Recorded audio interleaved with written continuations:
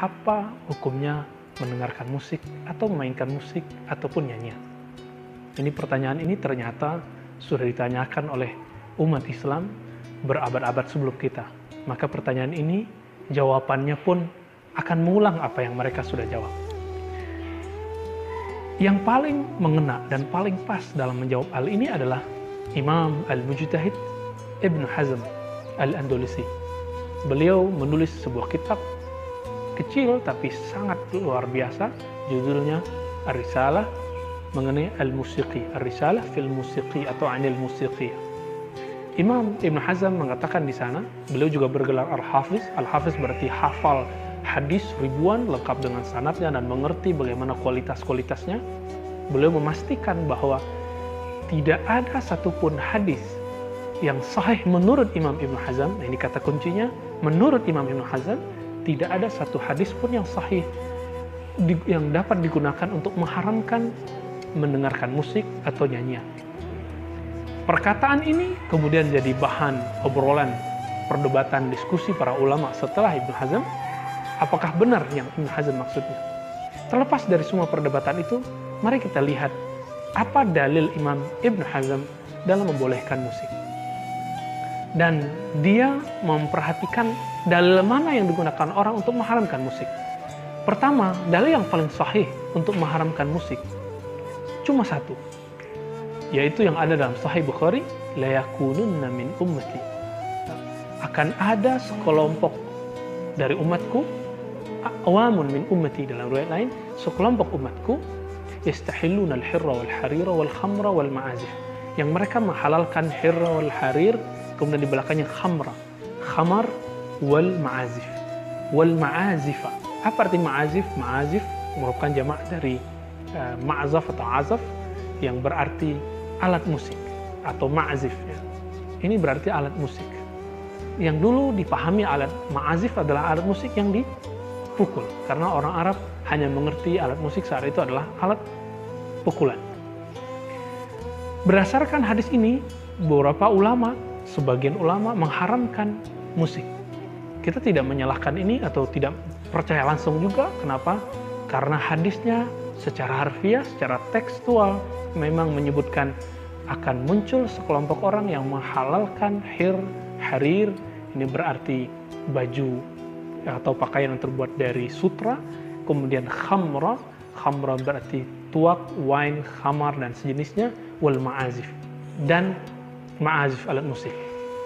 Namun Maulana Imam Shaltut di Mesir ya, kemudian murid-muridnya dan imam-imam para masyaikh Al-Azhar yang sampai hari ini masih ada, Syekh Ahmad Thayyib, Masyaikh Al-Jum'ah, bahkan beberapa ulama-ulama di sana, termasuk Syekh Yusuf Al-Qaradawi yang tadinya adalah bagian dari anggota ulama kibar tapi kemudian keluar lalu pindah ke Qatar.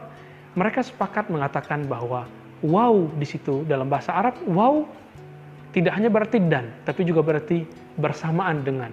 Artinya mereka menghalalkan al-hirra wal harir yang berarti baju sutra, kemudian khamar dilanjutkan bersamaan dengan adanya ma'azif alat musik. Arti dari hadis ini bahwa musik tidak diharamkan karena zatnya, tapi musik diharamkan karena digunakan orang-orang untuk dugem, untuk campur baur laki perempuan, buka aurat, tari, telanjang, na'udzubillah min dzalik, seperti yang terjadi di beberapa tempat yang menjadi pusat maksiat pada zaman ini.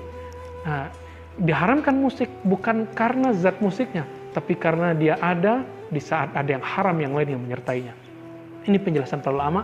Maka waw di situ diartikan waw ma'iyah, waw bersamaan dengan. Seandainya tidak ada itu, maka musik menjadi halal. Sebagaimana hadis yang akan kita bahas pada setelah ini. Imam Ibn Hazm berdalil dengan hadis yang akan kita sebutkan penggalannya berikut ini, bahwa satu kali Sayyiduna Abu Bakar As-Siddiq radhiyallahu ta'ala anhu memasuki atau melewati rumah Nabi SAW yang merupakan menantunya. Abu Bakar adalah menantu Nabi karena anaknya, putrinya adalah istri Nabi SAW. Waktu itu hari raya, fi yaumil Aid. Di saat itu Nabi SAW dan istrinya membiarkan ada dua orang perempuan gadis yang sedang bermain musik dan bernyanyi. Maka Abu Bakar ketika melihat itu, fanaharahuma. Disebutkan dalam hadis ini, Abu Bakar melarang keduanya. Dan dikatakan oleh Abu Bakar, Abi mazmuri syaitan fi baiti Rasulullah SAW. Apakah akan ada seruling syaitan di rumah Nabi SAW? Nah, kalimat Abu Bakar ini kemudian difahami oleh sebagian orang sebagai pengharaman untuk musik atau nyanyian. Namun kemudian itu terbantahkan sendiri oleh perkataan Nabi SAW ketika Nabi mengatakan, Da'huma ya Abu Bakar. Biarkanlah keduanya, wahai Abu Bakar. Kenapa? Karena ini adalah hari Id. Iduhum. Ini adalah hari raya mereka. Perlu kita ketahui dalam ilmu usul fikih, tidak ada sebuah kaidah yang mengatakan bahwa innal Id yuhillul haram. Bahwasannya hari Id menghalalkan yang haram. Oleh karena itu Imam Ibn Hazm mengatakan kehalalan nyanyian dan alat musik bukan karena hari Id, tapi karena memang pada dasarnya nyanyian dan musik itu halal. Namun kenapa Abu Bakar tidak menyukainya?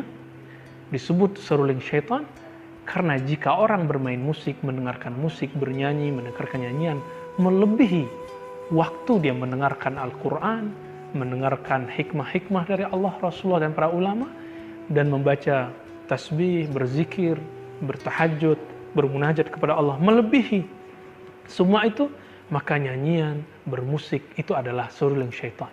Ini yang dimaksud perkataan Abu Bakar, tandingan terhadap amalan-amalan yang kita perbuat. Berdasarkan itu, saudara yang dimuliakan Allah, benar kata Imam Ibn Hazm bahwa pada dasarnya tidak ada dalil yang lebih sahih dalam mengharamkan musik melebihi dalil yang kita sebutkan di awal tadi.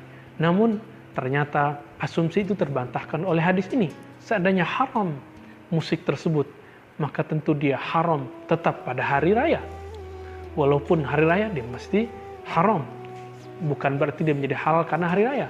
Karena hari raya tidak pernah menghalalkan yang haram atau mengharamkan yang halal. Berdasarkan itu semua, para ulama kita tidak mengharamkan musik ataupun nyanyian dengan syarat tidak melalaikan kita kepada Allah.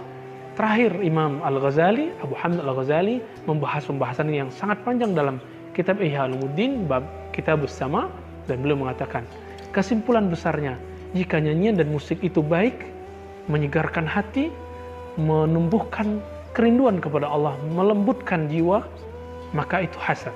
Ya. Hasanuhu hasan. Yang baik dari musik dan nyanyian itu adalah hukumnya baik. Maka jika dia syar, fahuwa syar. Jika dia buruk, maka dia dihukumkan buruk. Berarti jika dia bagus, maka jadi halal. Jika dia kata-katanya kotor, musiknya membuat orang menjadi anarkis, lupa kepada Allah, dia menjadi makruh, maksimal haram.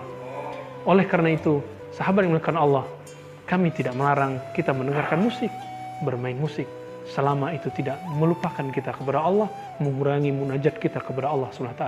Namun sebaik-baik orang yang menjadikan Al-Qur'annya sebagai nyanyiannya, tasbihnya sebagai musiknya. Wassallallahu ala sayyidina wa maulana Muhammad wa ala alihi wa ashabihi ajma'in. Assalamualaikum warahmatullahi wabarakatuh.